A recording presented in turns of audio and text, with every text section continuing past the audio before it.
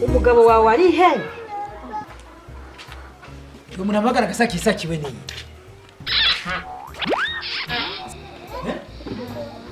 Wera niwe narongera. Janje bakunde. Nabandira baba nyene. Umuhungu wawe yanterenda umukobwa. Nikuvuga ko namusi bidasha. Ibiki bidasha? Nibisha rutango bisha. Ariko ubu ntari so nufise. Ngo umuhungu wanje ngo yagize iki? Umuhungu yanterenda umukobwa. Ariko nimwumva. Ukora kunyiba ucuza wakaze. Je ngahamurwa ngo nyine sibiharo nkorera. Uravyumva? Inyumvirize neza.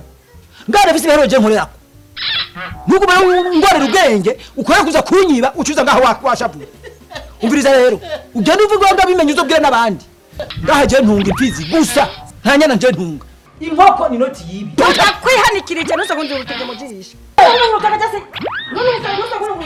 Witonde. Cyane mukecuru. Inkoko ni noti yibi. Impene ni 10. Inka ni 20. Reka ndaye ku muntu naho. Ikaye naigumiza hafi. Ndetara ku.